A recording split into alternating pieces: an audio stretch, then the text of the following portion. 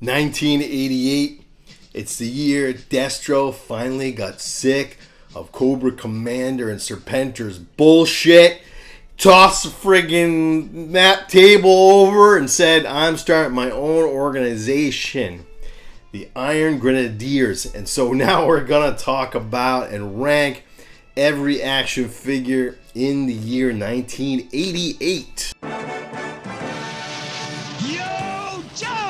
Oh, I've done many of these ranking videos. You can check out many of them on my channel. It's a really fun way, I think, to look back at what came out in a given year in vintage G.I. Joe or whatever. And what I love about it is you get a kind of fun, non-linear take on the worst to the best.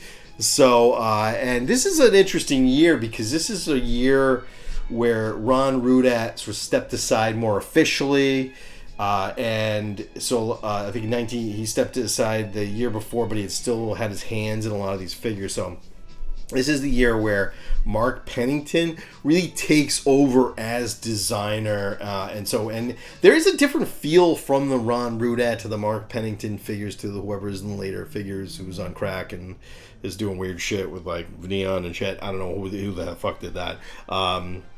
I'm sorry if I'm insulting you, but you know, okay. But this is Mark Pennington is a good designer, so there's a lot of good here. There's a few that are not so good, but there's a lot of good here, and I think he does a lot of great work. In fact, some of my favorite figures of all time. This is also the year where Hasbro goes batshit crazy and starts to repaint everything because they want money. And we're still living this to this day as they still repaint bullshit and try to get more money out of you. However, some of it's okay. So we're start. Let's start with the worst here. This is the worst okay, and you know this guy is a turd. I'm not one of those people who likes everything. I can't be like I think I'm overwhelmingly relatively positive. You know about G.I. Joe. I like, but I'm also, I like to call things out when things are not everything's good, okay? And this guy ain't good. Windmill. Windmill's going to be one of the worst design characters of all time. There's just nothing good about this. The vehicle came with is also kind of not great. It's a bizarre sort of helicopter tube that doesn't really work. But Windmill, he's got this little baby, you ever see the little baby face? Got a little cute little baby face inside of a giant helmet, and then he's just got like this is like the beginning of it's actually like a precursor to the garish colors. I feel like there's still the colors are still kind of working for me in this line in general, but not on Windmill. It's just like what is going on with this guy? His hat's got these little little things sticking on the side. Look like he's a furry. He's got some ears or some shit. I don't know. He looks like a transformer, like in G.I. Joe form almost, the helmet, and he has this massive gun. Just it's gigantic. I kind of dug the gun, but it is a gigantic handgun that if you were to fire, you'd rip your arm off with the force. You'd just be like, you would take two hands to carry this thing. It was ridiculous. He's wearing orange pants and a green shirt. It's just the fashion poor choice. Anyway, not feeling Windmill. No, Windmill sucks. Okay, almost as bad as Windmill. And now I think this guy is the figure isn't that terrible.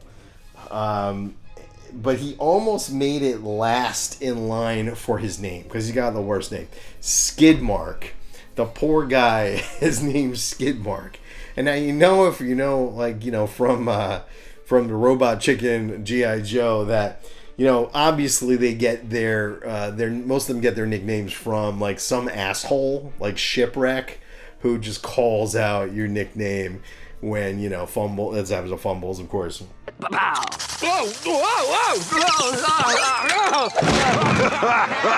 like someone had an accident. Way to go, Fumbles. Fumbles. That's perfect. That settles it. Welcome to the team, Fumbles. I feel like Skidmark also.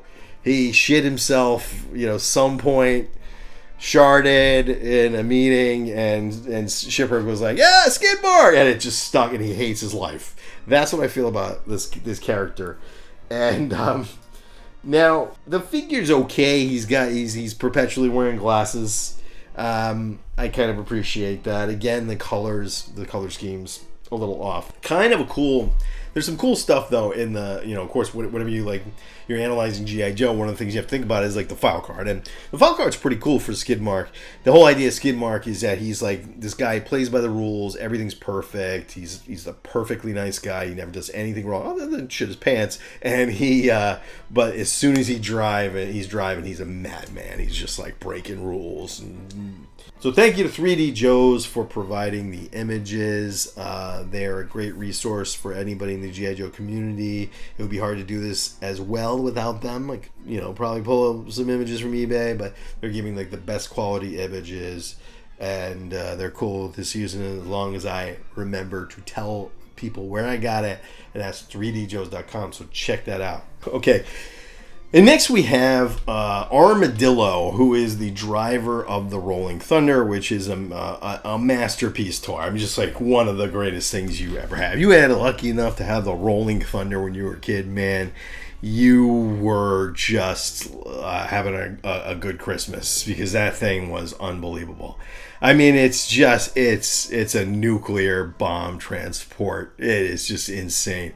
However, the driver, questionable. Armadillo is the driver. He just has an odd look to him that just does not work for me. He's got the little 80s armbands, which I never got. Like, is he going to go do,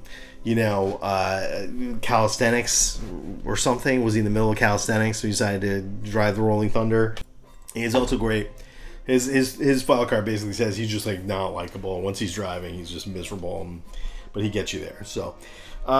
it's not very inspired design for this line here. Okay, next we have, and okay, I am not a repaint guy, but it's a mixed bag. Sometimes, you know, a Tiger Force thing can be kind of fun.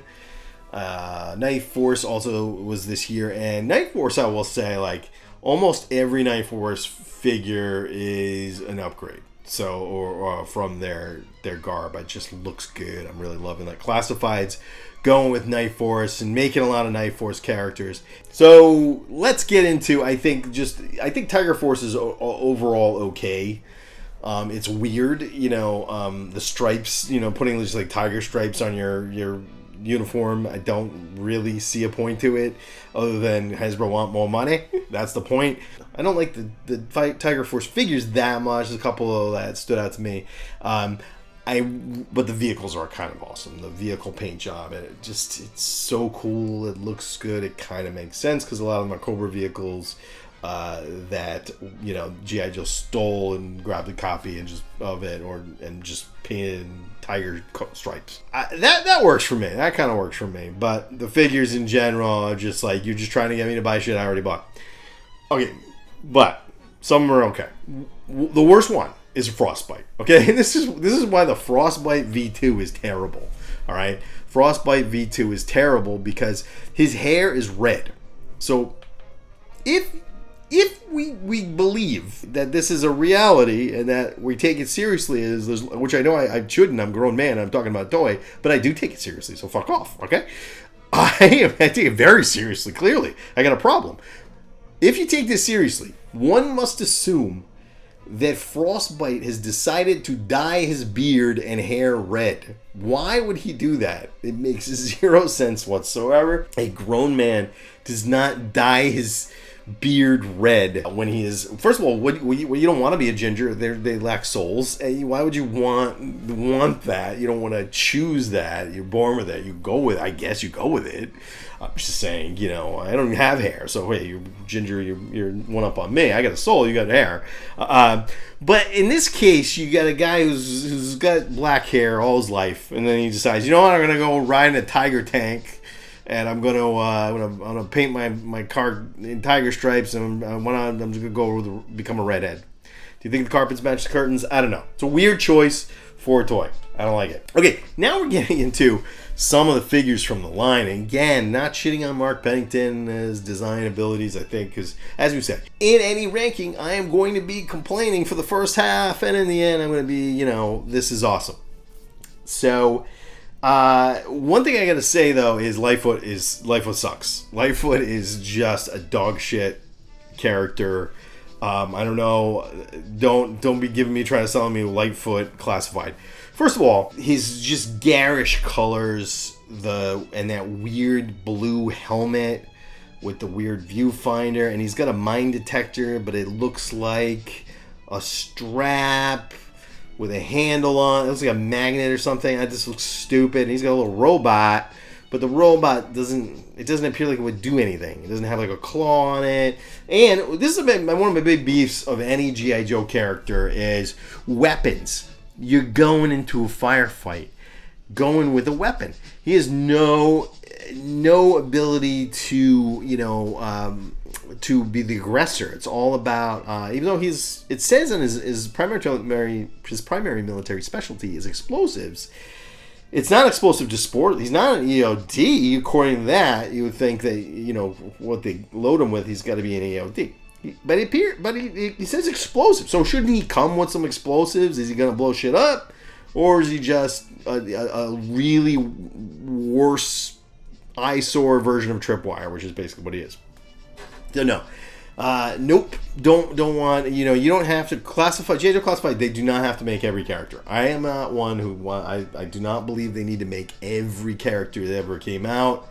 You ain't gonna get me to buy no Robo Joe. Don't try to get me the Destro with the arm, and I don't want Lightfoot. Unless you really reinvent him to not be a turd. Okay, next in line, we're going to go into the Tiger Force. Because, like I said, with the exception of a couple of them that I really liked, for mostly personal reasons, I don't see a point in really talking into detail about figures I already talked about. So I'm just going to rank up really fast, okay? And Tiger Force Tripwire is at the bottom because he's Tripwire and whatever. Tiger Force Duke next because he's Duke. And who cares? And also he dyes his hair too. It's just strange, just like a dirty blonde. I don't get it. Tiger Force Bazooka is a total downgrade from regular Bazooka from that suit. Repaint Lifeline version 2. Tiger Force Lifeline. Not loving the color scheme here, but these Lifeline he comes with a lot of good stuff. Tiger Force Dusty, it's not bad. Tiger Force Recondo, not bad. Okay, Sky Striker. Okay, here we can him high. And the reason why I'm going to rank Sky Striker high in the Tiger Force world is because at least he's a new character. Even though he really is, he's just Thunder with Wild Weasel's body, I believe. But Sky Striker is a new character. It's weird that he's named after the plane and he doesn't fly. But I appreciate that he's at least something new rather than them just trying to give me the same thing repainted, create a new character, sell me some shit. Which is also a ruse, and I also understand that when they, kit bash two figures together, it's not a new character. It really is a kind of lame kit bash. But at least it's something. And I'm not getting exactly the same thing. And what's really important is I'm not getting a character who dyes his hair. Like, I really think most G.I. Joe characters should be a little bit less vain than they're bothering to spend their time warring with Cobra to go and I should dye my hair and try a new look. No, that's terrible. Next in line, I got Tiger Force Flint. And it's Flint, so he gets high on the list because it's Flint. Next, let's go down the list of I'm sorry I'm going to do this just to be thorough. Night Force. Again, Night Force. Night Force is cool, though. I got to admit, like a Night Force, the look of Night Force has a very cool aesthetic. Wearing black in general is just going to look, you're going to look more badass. And so I think a lot of these did become my default. Sometimes it was because the thumb broke. Those thumbs, those terrible thumbs for the first. So sometimes, if I had both figures, maybe I was just favoring one. Or sometimes it was just because that dark look just had a nice aesthetic to it. Night Force Sneak Peek. It's Sneak Peek. Night Force Crazy Legs. It's Crazy Legs. Night Force Psych Out. Definite upgrade. Okay, Psych Out's original costume is absolutely fucking stupid. And he looks absolutely asinine. It's just one of the worst figures. He's got radar dishes strapped to him. He's wearing neon green. It's terrible. This one mutes him a little bit, and it just looks a little bit better, you know. So I'm okay with that. Outback version 2. Again, a cool aesthetic. Night Force Tunnel Rat. Now, this was a case where the aesthetic of Night Force Tunnel Rat to me was almost as good or better than the original Tunnel Rat. So, it just really works for Tunnel Rat to be in all black, going through those tunnels. And so that one kind of works for me. And finally, Night Force Falcon. I think I did like the aesthetic of this Falcon, even better than the original. But again, it's just repaint, so let's move on. Tiger Force Roadblock. Next, I'm going to put in Tiger Force Roadblock. And this is more of a personal thing. Like I said, I'm complaining and bitching about repaints. But I had the original Roadblock for many years, having collected and you know, from the beginning. And my Roadblock, as many of the early Joes, had lost the thumb. And so now, the Tiger Force Roadblock, to me, it's like, that's my Roadblock. I don't really like the gray the gray suit Roadblock so much. So for me, it was a good opportunity to get a new version of that Roadblock. Because back then it was really hard. You weren't getting, like, you weren't going back in time and getting that other Roadblock. You know, there was no eBay. And without eBay, like, there's no way to get this figure ever again, except for maybe like steal it from somebody, you know, which I wouldn't do that. I'm not that type of person. Okay, now, all right, we are thankfully are past the repaints. I don't have to talk about repaints anymore. It's my least favorite thing. So let's get into the figures and the Ferret. Now, the Ferret is the driver of the Demon, which is this incredible Iron Grenadier tank. I just feel like the Ferret is a very uninspired design that never did a lot for me. So he goes low on my list. Let's move on. Okay, next we have the Astro-Viper, and this is really cool era of G.I. Joe. The G.I. Joe has now moved into outer space. And is Space Force, just like we see what's going to happen now. That's where the war's going next, people. And he was a pretty cool figure. You get to see what I like about him is if you look on his body, he has these like almost like reinforced legs, like almost like bionic kind of enhancement armature around his legs that can maybe help him move or be stronger or something. And he just has this crazy backpack that allows him to fly through the air and fire these lasers. He did have a giant ass helmet that was huge and didn't, fit oddly on his head, but overall a pretty cool figure. And he's also referred to as a Cobranaut, so that's pretty cool. I mean, I can see you're a little kid, you dream of being an astronaut. It's really hard to get in the astronaut. You can't do it. And you're like, hey, Cobra's hiring. I can go to outer space. I'm just going to like shoot people with lasers. And his little backpack has little laser blasters, which is just pretty cool. So, overall, a good figure. And we're getting to good stuff now, right? So this is where we transition a lot of this is pretty good. I told you I wasn't going to complain the whole time. Okay. Next in line, we have Charbroil. Now, this is our second G.I. Joe's second flamethrower trooper. And you get this, think about it in the context of the times. It was a time when you couldn't go back in time and get your figures. So a lot of times what they were doing is giving new kids an opportunity to have a new specialist. So you'd have, multiple Navy SEALs, multiple flamethrower troopers, multiple bazooka, anti-aircraft, whatever. And so this was our second flamethrower trooper. I think he's got a great look. It's a very space-age look. He had this massive backpack which had a little lenticular, the word for on the back, lenticular like panel on the back. And a pretty massive, fierce-looking flamethrower. So, again, a really cool figure, a great look. He almost has like a bug look to him. It's just a weird looking character. Next in line, we have the Star-Viper, and the Star-Viper came with the stiletto, and he is very much a very cool looking, very Star Wars looking character.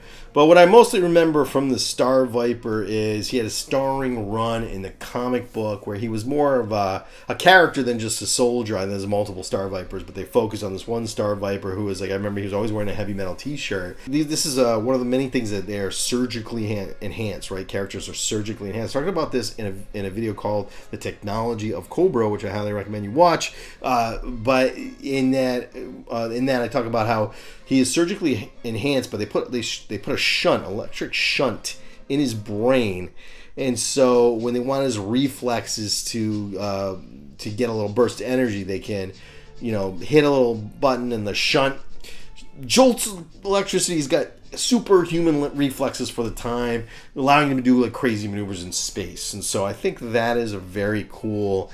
The lore behind him, to me, makes him a really interesting idea. And in general, I love that character. Okay, next in line, we have Sergeant Slaughter version 3, I think.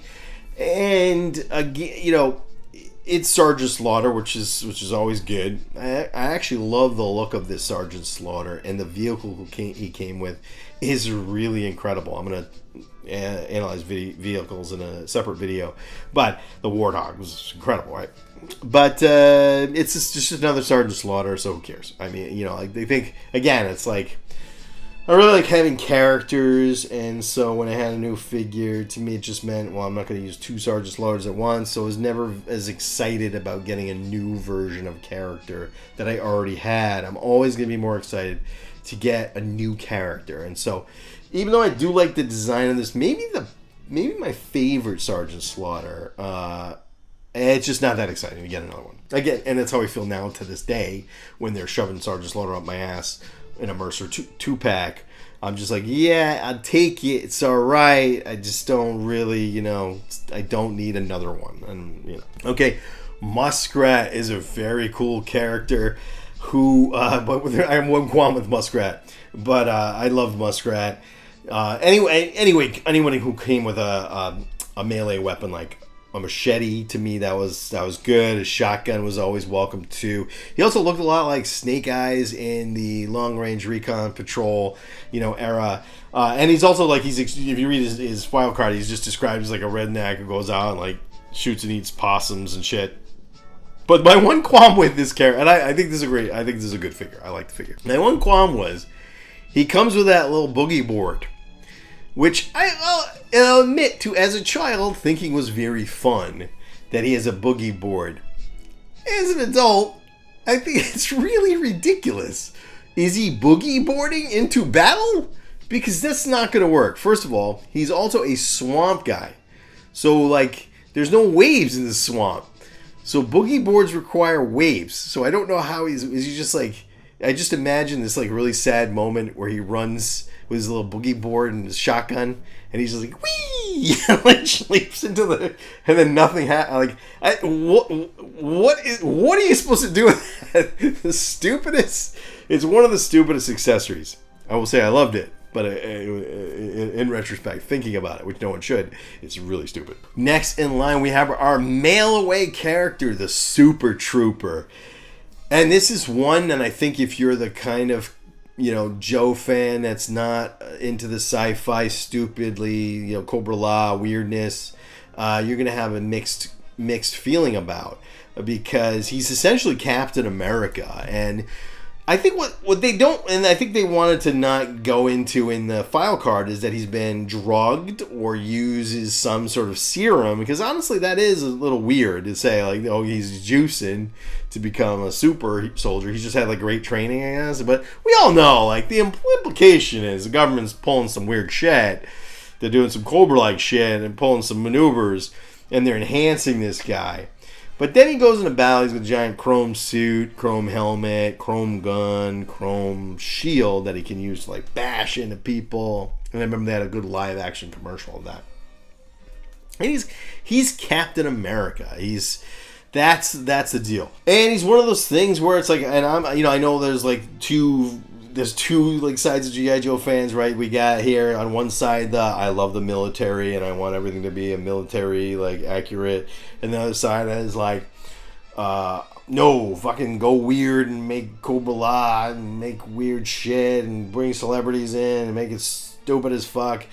And I'm like in the middle where I'm like, I like I like a little sci-fi element, lasers, robots, battle android troopers, stiletto, spaceships. Not so much into the super weird Cobra La shit, but I kind of enjoy it too, and just it's there whether you want it or not. It's there. It's what G.I. Joe is. It's ridiculous. It's over the top. It's crazy.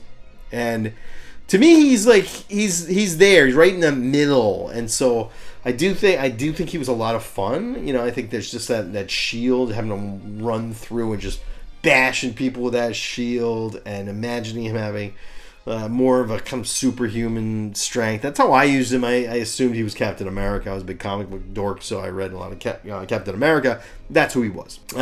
Kind of worked, kind of didn't. I could take or leave him. But he was fun. Okay, next we have Wild Card. Now, I loved Wild Card, and Wild Card had a very cool. It was kind of rare that you'd have something like a machete in a holster, right? So, and just something about that one bit with him. He's just like sleeveless. He's kind of jacked. One thing about him, and I think this is a feature of this year, is the helmet size was just like off the charts. This guy is like barely keeping his head up with that fucking helmet on. I don't know. But I liked Wild Card, and his file card talks about how he is like unnaturally destructive. He destroys everything he touches, and that is something that happens on the battlefield too. Very cool. Mean Dog was a cool vehicle too. So yeah, really good stuff here. I think this is one of the things that makes this year like very high. One thing that's interesting to talk about is like, when did G.I. Joe go downhill for you? To me, this is probably like the last great year. And I think, 89 is still pretty good. There's still a lot of good stuff. Some of my favorite stuff. 90, and then it starts to just shift. There's always some good stuff in there until the very last couple of years. But to me, this isn't quite peak. I think it's already maybe peaked. But this is like, it's pretty much at its peak, like leveling just off just slightly.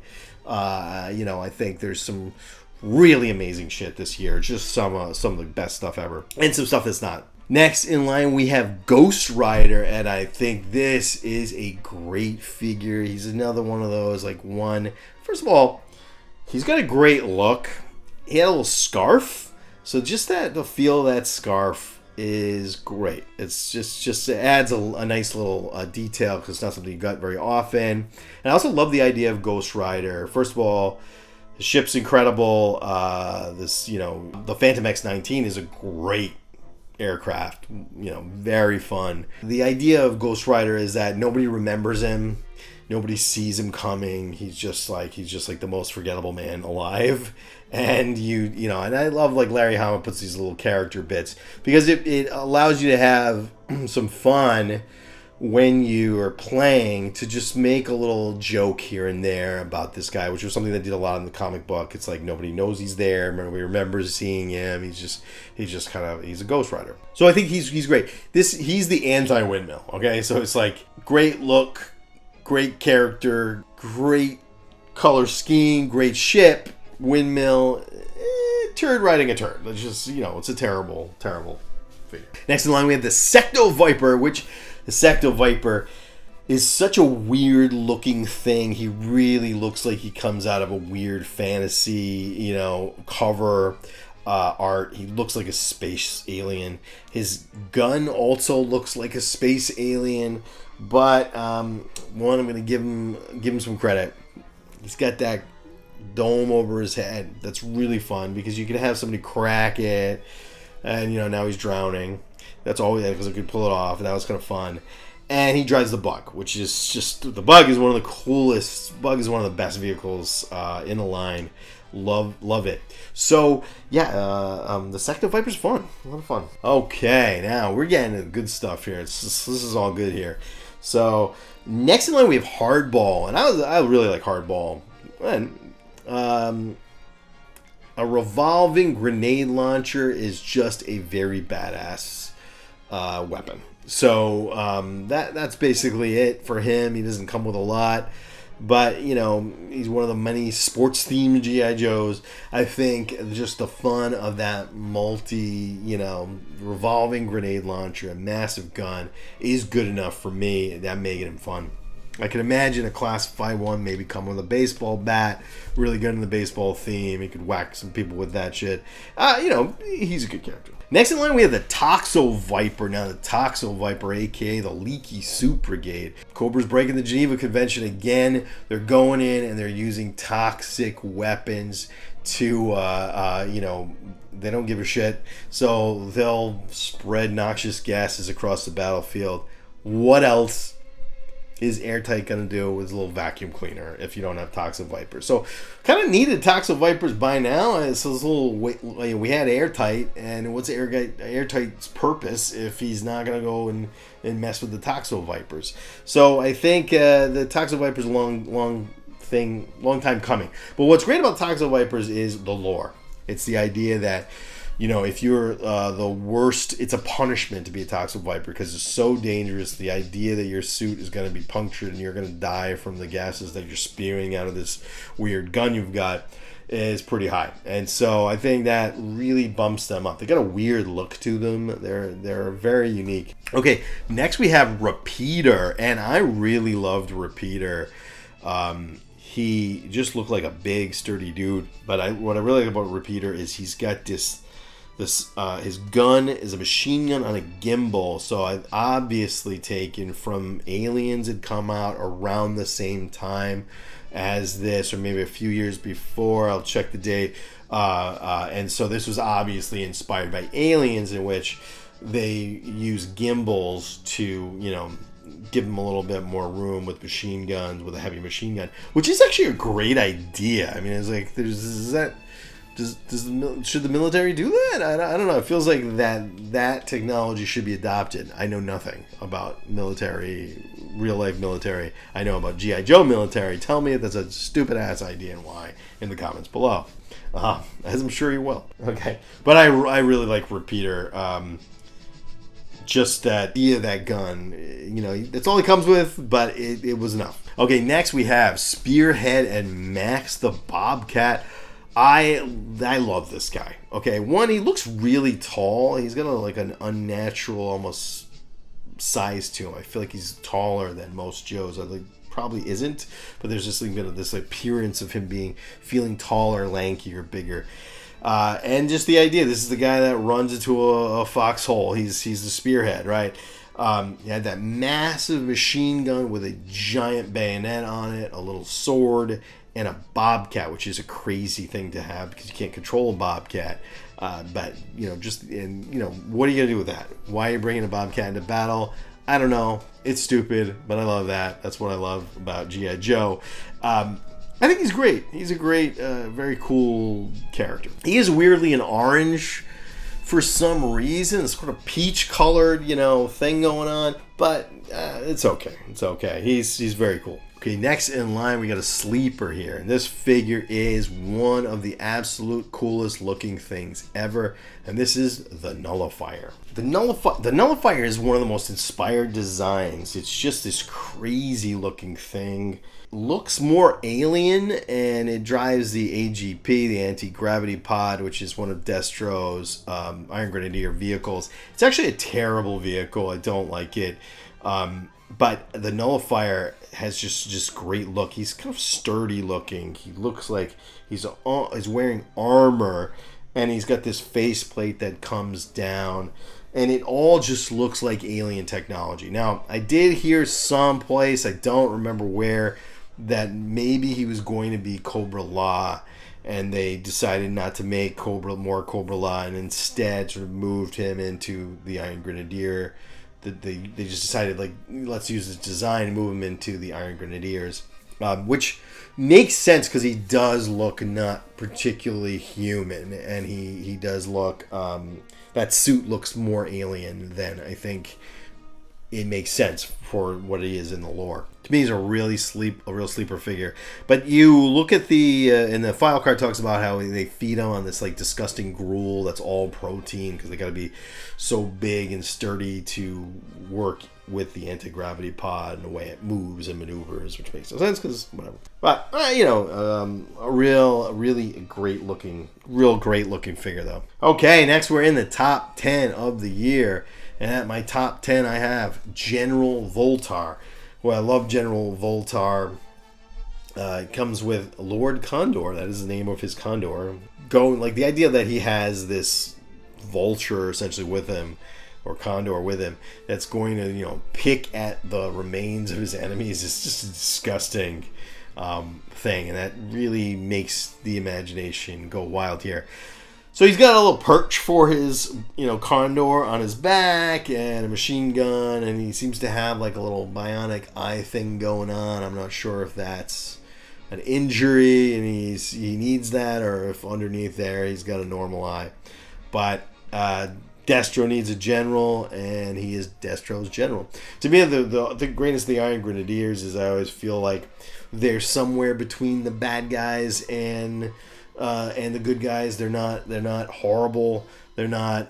They somewhat stand in between Cobra and G.I. Joe, more on the bad side, but they might team up with G.I. Joe here when things felt good. So this was a great era, though. I think one of the things I want to talk about in this year was the idea that Cobra has broken off into two factions, one led by Cobra Commander, one led by Serpentor. They're constantly fighting, and you could make your own army, Serpentor's army and Cobra Commander's army, and then there's Destro in the middle, and there's G.I. Joe, and so you have these four forces that are always at odds. Was a fun new story that really added something to it. So it also allowed Destro to be more free to be a different character who could be sometimes good, sometimes evil, and working on his own.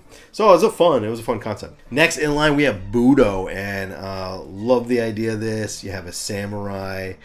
Budo was a great figure. Had backpack. He store all his weapons, one on his side, the sort of sword catcher looking knife on, and the other sword on his backpack, a sword at his side. Unfortunately, it was one of those things. In this era, a lot of guys had sword in a sheath that didn't come out of the sheath, which is kind of lame. But you just pretended that it came out and whatever. Also loved his samurai style helmet. Doesn't make sense. Why is this guy in samurai garb in the military? Why is he not carrying a gun? I don't know. I do think that the new classified version of Budo fixes a lot of these questions, giving him a gun, allowing him to say he's using the traditional armor of his ancestors. But for me, it's just a very cool idea. And man, is that art gorgeous. That card art is beautiful. Next, we're all bangers from now on. These are all incredible. Every one of these. Okay. Next we have Blizzard, and if you're looking for the Snowcat, this is the guy I want in the line next, and that's because he had a crazy loadout and just like so much fun. Blizzard came with so much good stuff. One, he came with his crazy ass backpack that turned into it had little motorcycle handles on it, and had something at the, maybe it was a gun, I pretend it was a gun, of course, at the tip, and you could strap the skis, and it became like a rocket propelled sled that he could use to fly through the snow and attack Cobra. But then he also had, which probably my favorite thing about him is he had snowshoes, but they weren't the lame snowshoes. These were for me, these were like shit kicking shoes, right? This was they almost didn't exist to go in and walk in snow. They existed for Blizzard to stomp the faces of snow serpents and kick the shit out of people because they're just blades on a giant shoe. And to me, that was what made him absolutely cool. I will give, there's two problems with Blizzard, which kind of make him not as cool as he could be. One, his gun sucks. And two, his, what is that thing? It just looks like a weird hammer. It looks like made of snow or something. I know, it looks stupid. And then the other thing that I would say sucks about Blizzard is that helmet is way too big. It does not fit on his head. He looks really stupid. It looks ridiculous with it. He looks like a giant head. It looks like he has a helmet so he doesn't bang his head against the wall. It's just what is that helmet? Why is it so big? So hopefully a classified version will fix a Blizzard and give me the real good one. Okay, next in line, and this could be somebody's number one. I wouldn't be surprised. This is Shockwave, and this was just an awesome figure. Came with an Uzi, a pistol, and a real Rambo knife on his backpack. And for me, that was so many of them come with guns, and guns sort of blend together after a little while, so I'm never very excited about the gun unless it's a particularly awesome one. But when you come with a knife, man, that just made the figure. Just very cool looking camo, and the idea that he's a SWAT trooper was fun too. Different military specialties coming in, imagining different scenarios. You need different people. So Shockwave was really great. Again, part of the fun of any G.I. Joe figure is Larry Hama or whoever's writing these file cards, right? And he sings in a choir. Apparently, he's got a really good singing voice, and he's the first inside the room. So very cool character. Next in line, we have the Iron Grenadier. These are Destro's soldiers. I just think they have a really great, distinct look. I think the look has even been upgraded over the years. There's various versions of the Iron Grenadier that are better, that have the more coat, trench coat look. So I think that's been expanded on. They've got a real interesting look. The aesthetic of the black leather, gold accents, red, really works for me. But they have a great look. They also, also coming with a sword for me. Anything, anything with a sword was great. But if you read their cards, we learn that they are used car salesmen with machine guns. That they have profit sharing plans, and Destro offers them, and they make sales. So this also sets them apart from Cobra soldiers, as you feel like Cobra soldiers could be motivated by anything. They can be motivated by money. They could be motivated by revenge, anger at the American government. They could be motivated by ideology. And it feels like with Destro, everybody's really motivated by money, and makes him a different kind of guy. They're not necessarily as evil, I feel like. I'm 3 weeks away from needing to go get a job as an Iron Grenadier if this YouTube shit doesn't work out, so I can survive. You know what I mean? So I understand. You're maybe I'll die, but at least I can pay my bills. I'm kind of feeling that. So I get being an Iron Grenadier. I'm too much of a pussy, but I would if I wasn't, and I'm old, but they don't want me. But if I wasn't, and shit was going bad for me, I can see joining the Iron Grenadiers. I don't join Cobra. Cobra fucks with you too much. Cobras do too many experiments. I'm not gonna have gills like Mara and shit on me.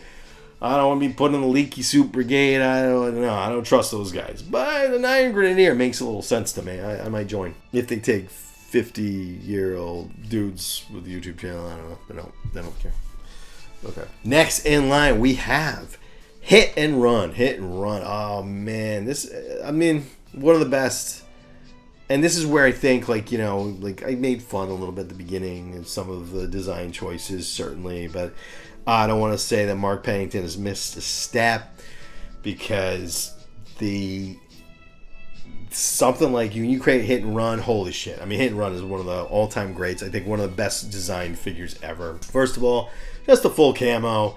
The paint really is incredible. Really gives you a sense of his character.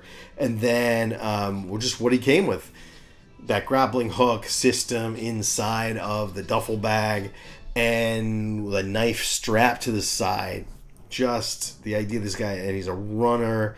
He runs, he climbs, he's, you know, and it says, his file card tells us that he's an orphan who, you know, ran away from home, and they asked him, you know, ran away from the orphanage, and they asked him, why is he running? And he's just like, I'm not running away from anything, I'm just running to run. So he, so the mythology of that, he's a guy who just, he's running around things, he's jumping, he's climbing, he's overcoming things. All that is really interesting, but again, it's just one of those things. Like for me, it's like you can't even really describe why the figure is so good. It's just one of those things where it hit the nail on the head for a kid in the 80s. This figure just nailed it. I don't think I'm the only person. I think there are a lot of people probably feel the same way, that he really was one of the favorites, all timers as far as what would keep him down now for me as a character is not the design, is like how little he has had any impact in any media. So I'm really hoping Skybound can bring him in, and, you know, or one of the, you know, we can get some use out of Hit and Run in the Energon universe. I think it would be helpful for Skybound in general to analyze and look at, you know, what are the real, like, sleeper characters, these characters that are generally very loved by the fan base. Because I do think you could really, you know, activate the fan base by giving us some stories with these characters that really didn't get the play that they should have gotten. You know, I think there's so many in there, and he's one of them. Next in line is Destro version 2, and you thought I was going to put him 1, didn't you? You did. I will not, and this is why I like Destro as a character, as a figure. The Destro V2 is a great figure, but it's not my favorite version of Destro. That would be Destro version 1. Biggest reason? Wrist rockets. Lack of wrist rockets to me is a downgrade for Destro. Now, a lot of times in the comic book, this version of Destro also has wrist rockets. He just has to have wrist rockets. He needs to have them. It just doesn't make sense for a Destro to be hanging out and not have his wrist rockets. If you had wrist rockets, would you ever leave home without them? No, you would have them all the time. You never know when you're going to use one. I would be using them in traffic regularly. So anyway, I do love the aesthetic of this character. Just this complete crazy-ass leather suit. It's very clear, again, that Destro's aesthetic is a man who likes the finer things. He's a stylish guy. He likes black leather. I love the little blades on his shoulder. Love the cape.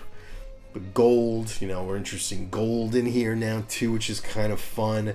So the fact that that sword did not come out of its sheath really hurts, but they couldn't have done it back then. You know, sort of technology is surpassed. We've got reached a place with technology where you can do that. It's just great aesthetic. The despoiler they came with is not the greatest, but do love this version of Destro. Okay, number 3, we have Road Pig, and one of my absolute favorite figures. Again, this is this year has some bangers, and this is one of them. Like Road Pig.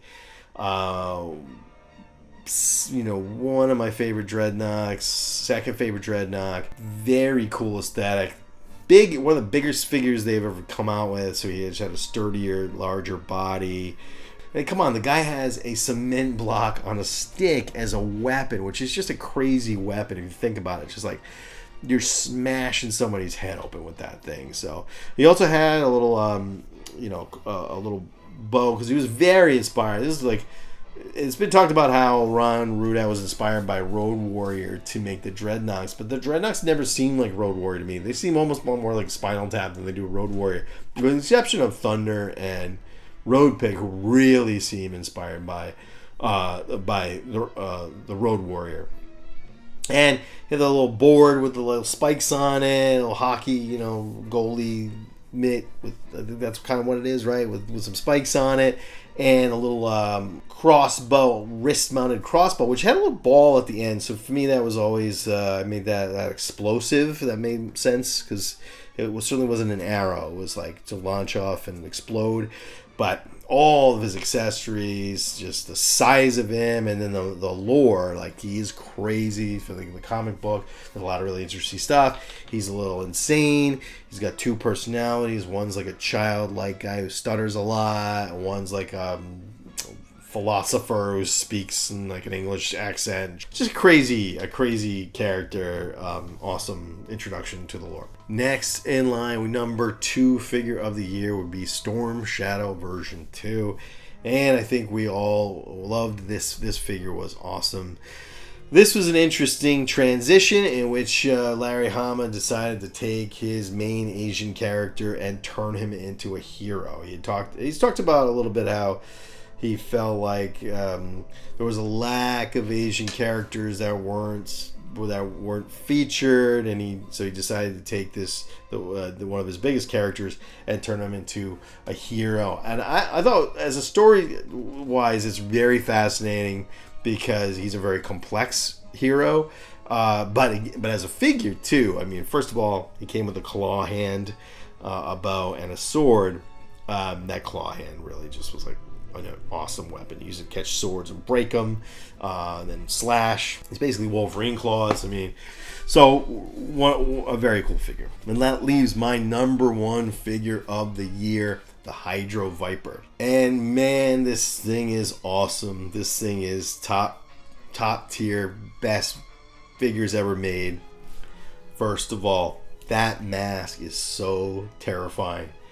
The art on the card is just incredibly creepy looking. The claw hand, that's one of my favorite things, is that it's got one claw hand with the webbing on it. The webbed hand that he has like longer fingernails that you could imagine he could scratch with. He is a monster. These look like the creature from Black Lagoon. They look like monsters. Got this weird jagged lightning bolt look like knife, but really all you need with the Demons of the Deep is that face and that claw hand. Even the flippers have a cool monster design to them. They don't really look like something you would buy. They look something that would grow, So just really one of aesthetically most interesting looking characters in G.I. Joe. One of the best figures ever, and my favorite figure of the year. What do you think? What's your favorite figure of the year? And if you want to check out more rankings, I am going to do a part 2 of 88, which will focus on the vehicles. And I also ranked every figure in 1992. That is the year that G.I. Joe said, just say no to drugs, and introduced the Headman. You can check that video right here.